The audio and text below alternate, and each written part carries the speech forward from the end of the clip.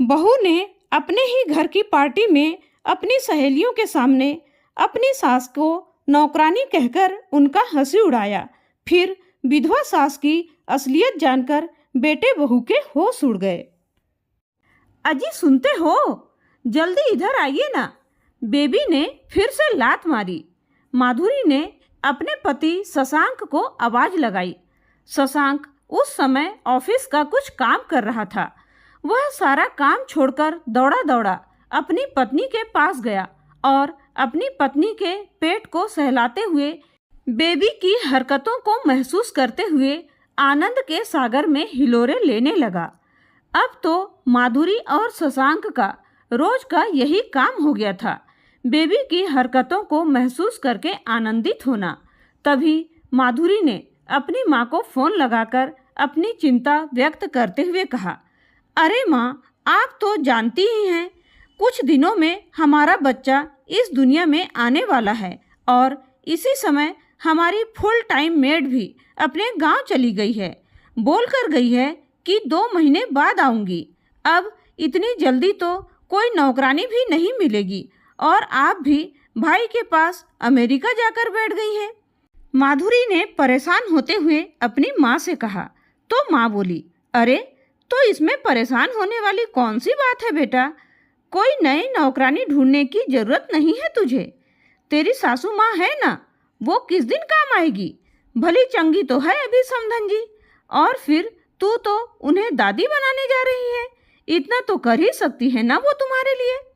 जब तक जरूरत हो तब तक काम करवाना, फिर उन्हें चलता कर देना अपने घर। अपनी माँ की इन बातों को सुनकर माधुरी की आंखों में चमक आ गई। माँ, ये तो बहुत अच्छा आइडिया दिया तुमने। शाम को जब उसका पति शशांक घर आया तो माधुरी मायूसी का मुखौटा लगाए उसे चाय देने लगी। अरे माधुरी, क्या हुआ, उदास क्यों हो? मैं सोच रही थी कि आपके माँ बाबूजी को कुछ समय के लिए यहाँ बुला लेते हैं, लेकिन लेकिन क्या? लेकिन पिछली बार जो हुआ था उसकी वजह से कहीं सासू माँ नाराज तो नहीं? अरे नहीं नहीं, मैं अपने माँ बाबूजी को अच्छे से जानता हूँ। हमारे बुलाते ही दौड़े चले आएंगे दोनों। अजी सुनते हो, आज शशांक का फोन आया था। कौशल्या जी ने चहकते हुए कहा। तो कृष्णकांत जी की तो जैसे खुशी का ठिकाना ही नहीं रहा। अच्छा, इतने दिनों बाद, चलो याद तो किया उसने। क्या कहता था? ठीक तो है वहाँ सब? दरअसल बहू की डिलीवरी का समय नज़दीक आ रहा है ना, तो अपने घर बुला रहा था हम दोनों को।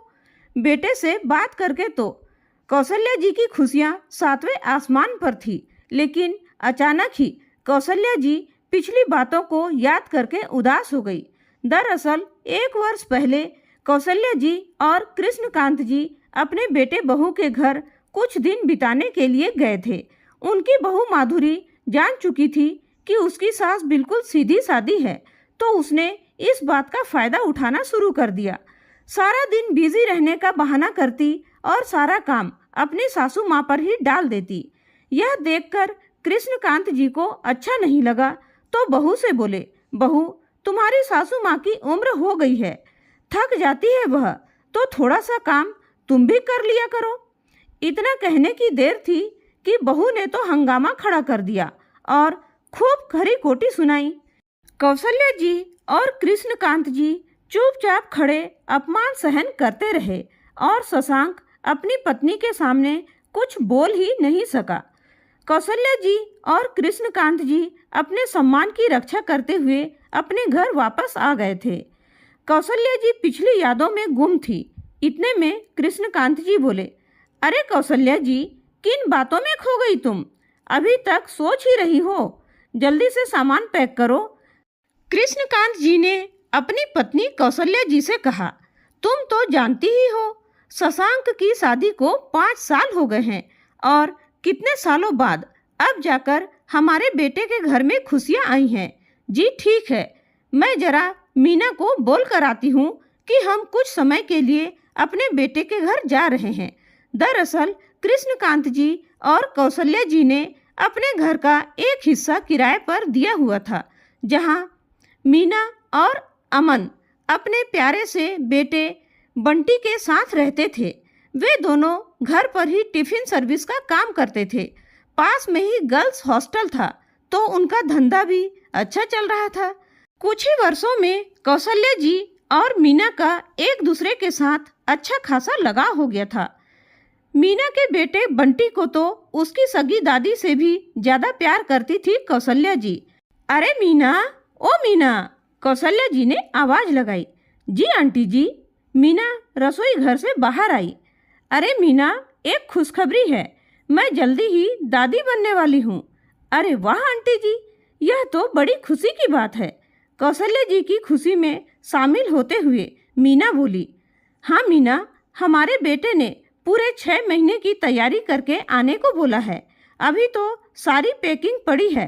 तुम अपने टिफिन का काम निपटा कर मेरी मदद करने आ जाना। कौशल्या जी बोली तो इतने में अमन की आवाज़ आई। मीना, टिफिन का काम मैं संभाल लूँगा, तुम जाओ आंटी की मदद करो। मीना ने कौशल्या जी की पैकिंग करने में मदद की और कौशल्या जी के साथ मिलकर उनकी बहू के लिए गोंद के लड्डू भी बनाए। जाने से पहले रास्ते के लिए एक टिफिन भी पैक करके दिया। दोपहर की ट्रेन से दोनों अपने बेटे के घर जाने के लिए रवाना हो गए। उधर शशांक उन्हें स्टेशन से कार में बैठाकर घर ले गया। जैसे ही घर पहुँचे तो बहू से मिलकर कौशल्या जी और कृष्णकांत जी ने सारे मनमुटाव भूलकर उन्हें ढेर सारे आशीर्वाद दिए। कौशल्या जी ने घर पहुँचते ही घर के सारे कामों की जिम्मेदारी ले ली। सारा घर जो काम वाली बाई के अनुपस्थिति में बिखरा हुआ था, कौशल्या जी ने आते ही बड़ी कुशलता के साथ सुव्यवस्थित कर दिया।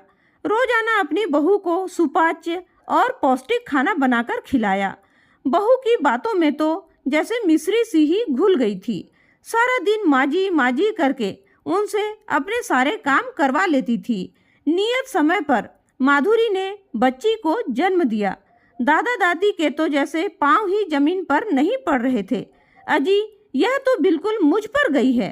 कौशल्या जी पोती को देखते ही बोली। जी नहीं, मेरी पोती के नैन नक्श तो बिल्कुल मेरे जैसे हैं। अरे, इसने तो मुझे गीला कर दिया। कृष्णकांत जी बच्ची को कौशल्या जी को देते हुए बोले। सभी लोग ठहाके लगाकर हंस दिए। बच्ची होने के बाद कौशल्या जी ने बहू की खूब सेवा की। बच्ची का ख्याल रखना, रसोई का काम करना और बहू के लिए अलग से खाना पकाना।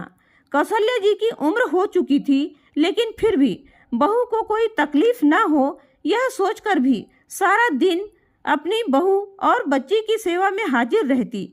उनके घुटनों में भी दर्द रहता। इसके बावजूद कौशल्या जी सारा काम बड़ी कुशलता के साथ कर रही थी।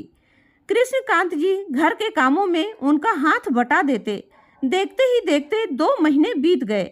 बच्चे के लाड़ दुलार में कौशल्या जी और कृष्णकांत जी का समय कैसे बीतता पता ही नहीं चलता। धीरे धीरे बच्ची को भी अपने दादा दादी के हाथों की पहचान हो गई। यह बात बहू माधुरी को खटकने लगी। कुछ दिनों के बाद माधुरी की काम वाली बाई भी अपने गांव से वापस लौट आई। कौशल्या जी के मना करने पर भी उसने यह दलील देते हुए उसे काम पर बुला लिया कि माजी दिन भर काम करके और बच्ची को संभाल कर थक जाती है। एक दिन जब कौशल्या जी बच्ची को चम्मच से दूध पिला रही थी तो बच्ची ने थोड़ी खांसी करते हुए उल्टी कर दी। बस फिर क्या था, माधुरी को तो जैसे बहाना ही मिल गया अपनी सासू माँ पर कटाक्ष करने का।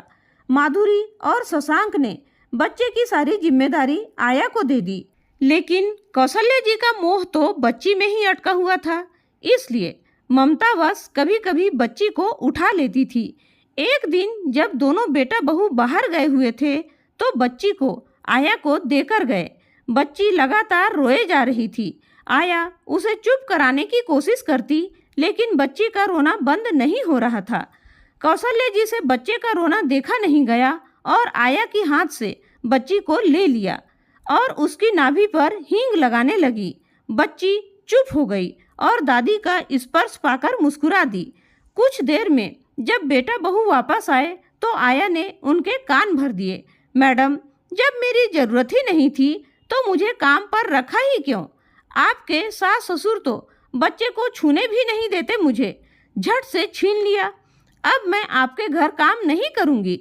दोनों पति पत्नी कौशल्या जी पर बरस ही पड़े और आया को मनाने लगे।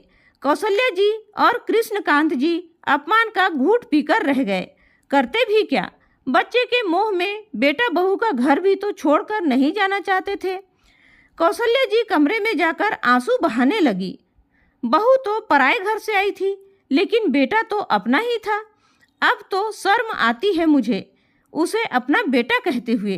अब तो यह हालत हो गया था कि सारा दिन बैठकर बच्ची को आया संभालने लगी और बहू अपनी माँ के साथ फोन पर बतियाती रहती और कौशल्या जी पर रसोई घर के सारे काम की जिम्मेदारी पड़ गई।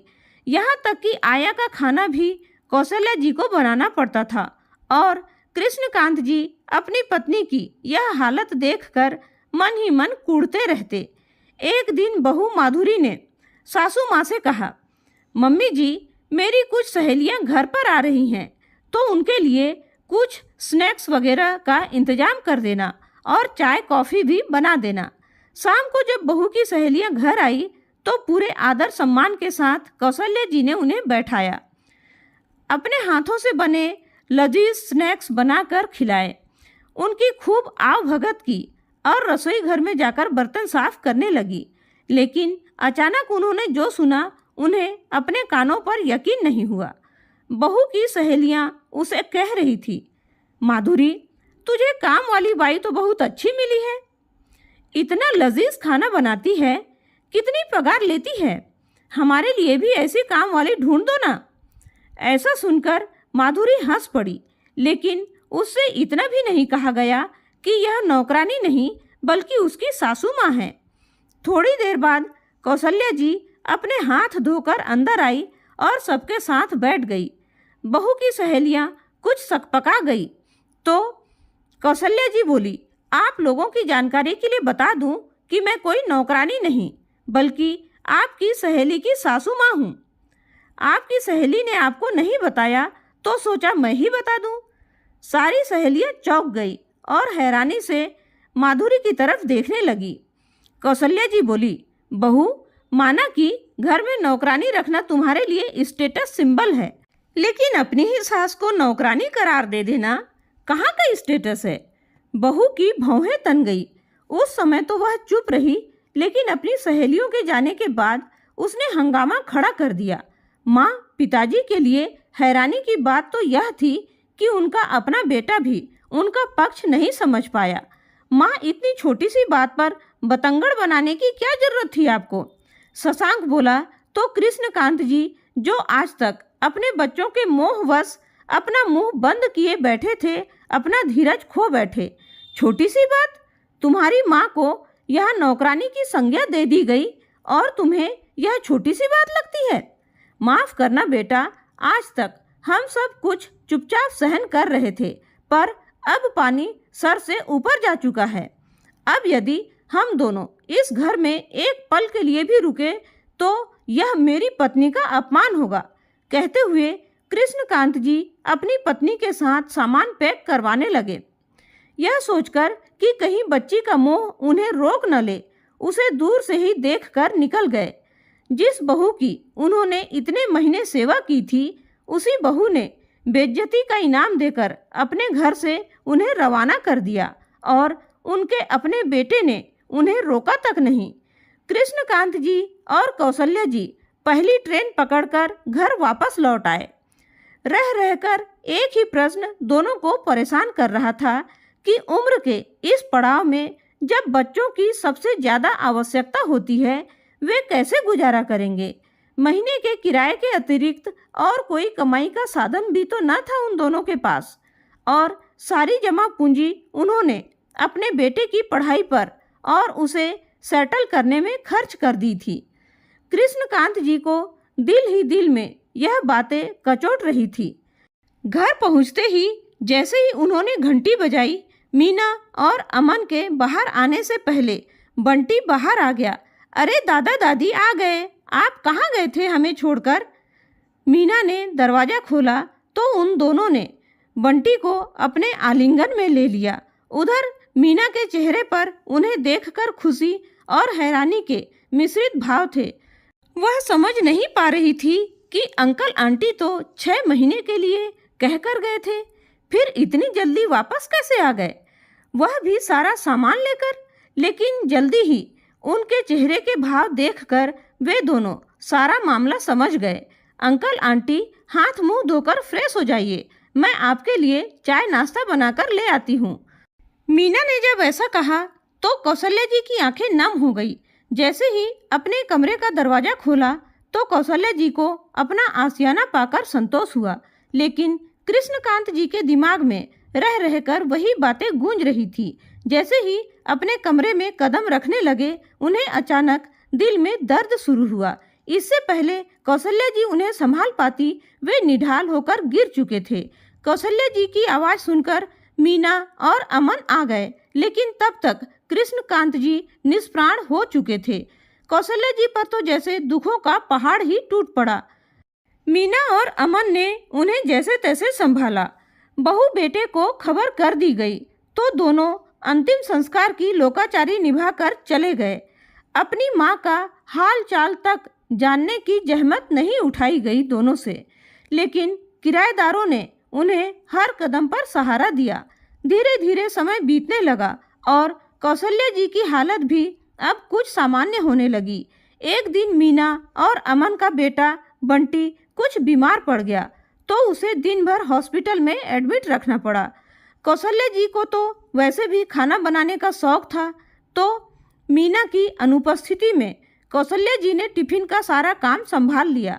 सब ग्राहकों को उनका खाना बहुत पसंद आया और हॉस्टल की लड़कियां तो उनके खाने की दीवानी ही हो गई।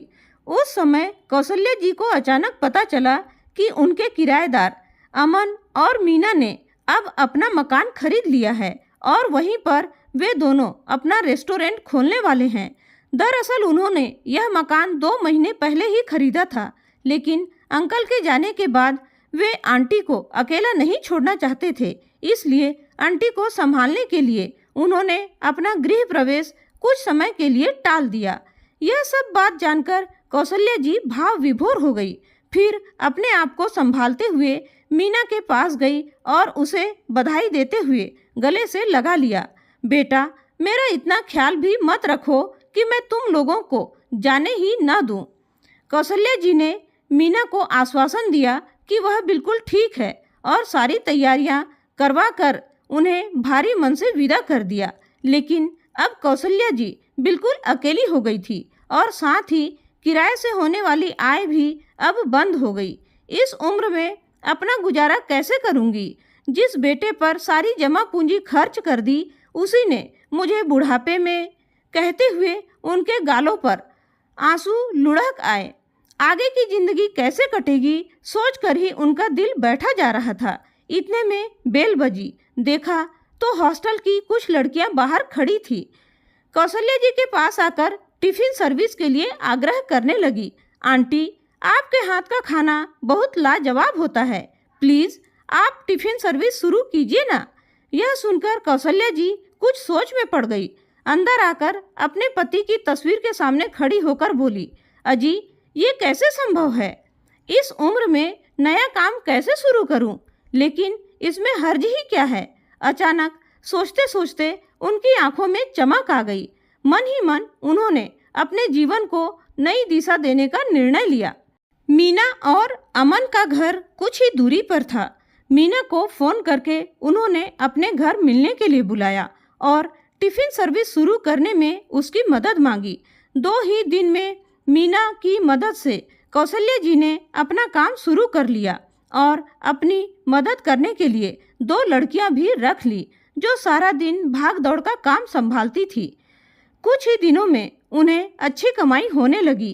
कुछ हॉस्टल की लड़कियों को कौशल्या जी से इतना लगाव हो गया कि उनके घर किराए पर भी रहने लगी। अब कौशल्या जी का अकेलापन बिल्कुल दूर हो गया था।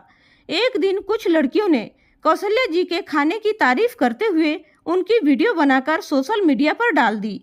देखते ही देखते वीडियो तो जैसे आग की तरह फैल गई और कौशल्या जी के बनाए खाने की चर्चा दूर दूर तक होने लगी। अब तो उनका काम और भी बढ़ गया। उधर उनकी बहू ने जब वीडियो देखी तो उसकी हालत ऐसी हो गई जैसे काटो तो खून नहीं। उसने तुरंत शशांक को दिखाते हुए कहा, देखो तुम्हारी माँ के खाने की चर्चा पूरे देश में हो रही है, कितना कमाती होंगी। बाप रे बाप, तुम्हारी नौकरी से तो हमारे घर का गुजारा ही बड़ी मुश्किल से चलता है। अपनी माँ से ही कुछ मदद मांग लो, उनका काम इतना अच्छा चल रहा है तो क्यों ना हम उन्हीं के पास जाकर रहें। और वैसे भी तुम्हारे पिताजी अब नहीं रहे तो माँ को भी अकेलापन लगता होगा ना। यह सब देखकर शशांक की हैरानी का तो ठिकाना ही नहीं रहा। पत्नी का कहना मानकर शशांक ने अपनी माँ के पास जाने की योजना बनाई। अगले ही दिन दोनों अपनी बेटी के साथ कौशल्या जी के घर पहुंच गए। वहां का दृश्य देखकर बहू की आंखें फटी की फटी रह गई। वहां तो जैसे मेला सा लगा हुआ था, चारों तरफ चहल पहल थी। मीडिया वाले माजी का इंटरव्यू ले रहे थे। यह देखकर दोनों पति पत्नी थोड़ी देर के लिए अलग से खड़े हो गए। अपने आप को आज वे अपने ही घर में उपेक्षित सा महसूस कर रहे थे।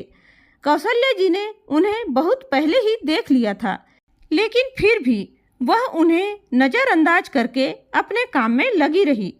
भीड़ थोड़ी कम होने पर बहू बेटा दोनों कौशल्या जी के पास जाकर उनके चरणों में गिर गए। कौशल्या जी ने चेहरे पर कोई भाव न दिखाते हुए उन्हें आशीर्वाद दिया। अपनी पोती को इतने दिनों बाद देखकर प्यार किया और फिर अपने काम में लग गई। इतने में शशांक ने पीछे से आवाज लगाई, माँ हमें माफ़ कर दो, हमसे बहुत बड़ी भूल हो गई। आज से हम आपके पास ही रहना चाहते हैं। कौशल्या जी ने उन्हें तिरछी निगाहों से देखते हुए कहा, अच्छा, लेकिन मैं तुम्हारे साथ नहीं रहना चाहती। इस बुढ़ापे में मैं इज्जत के साथ रहना चाहती हूँ, किसी के घर की काम वाली बाई बनकर नहीं। अब यह सब लोग मेरे परिवार हैं, लेकिन माँ इस घर पर हमारा भी तो हक है। बहू माधुरी ने कहा, हक तो तुम लोगों का उसी दिन खत्म हो गया था जिस दिन मैं और तुम्हारे बाबूजी तुम्हारे घर से बेइज्जत होकर निकले थे। दूर से आए हो, भूख लगी होगी, कुछ खाकर जाना, रास्ते के लिए भी तुम्हारे लिए टिफिन पैक करवा देती हूँ। कहते हुए कौशल्या जी अपने काम में मस्त हो गई। आज उनके चेहरे पर संतुष्टि के भाव और गर्व भरी मुस्कान थी। अपनी माँ के इस उम्र में भी ऐसा साहसपूर्ण कार्य को देखकर शशांक को अंदर ही अंदर आत्मग्लानि हो रही थी। उसे अपने आप में शर्मिंदगी महसूस हो रही थी कि मेरे मम्मी पापा ने मुझे कितने अच्छे संस्कार दिए, लेकिन मैं सिर्फ अपनी पत्नी के बहकावे में आकर अपने माँ बाप के जीवन भर की कुर्बानियों को मिट्टी में मिला दिया। वह अपने आप से नजरें नहीं मिला पा रहा था। वह अपने आप को इस दुनिया का सबसे तुच्छ प्राणी समझ रहा था। तो दोस्तों, इस कहानी से हमें यह शिक्षा मिलती है कि कभी भी सच का साथ देना चाहिए। अगर माँ बाप की गलती है तो कभी माँ बाप को भी उनकी गलती का एहसास कराना चाहिए, और अगर पत्नी की गलती है तो उसे भी उसकी गलती का एहसास जरूर कराना चाहिए। वही इंसान सही न्याय करता होता है। जो इंसान इस डर से अपनी पत्नी से कुछ नहीं कहता कि अगर पत्नी के खिलाफ बोलूँगा तो वह नाराज हो जाएगी, तो उससे बुजदिल, निकम्मा और मूर्ख कोई नहीं हो सकता। इस कहानी में शशांक के बारे में आप क्या कहेंगे, और कौशल्या जी ने सही किया या गलत? अपने अनमोल विचार कमेंट करके जरूर बताइएगा। और कहानी पसंद आई हो तो प्लीज़ वीडियो को लाइक और शेयर जरूर कीजिएगा। दोस्तों, कहानी को अंत तक सुनने के लिए आपका बहुत बहुत धन्यवाद।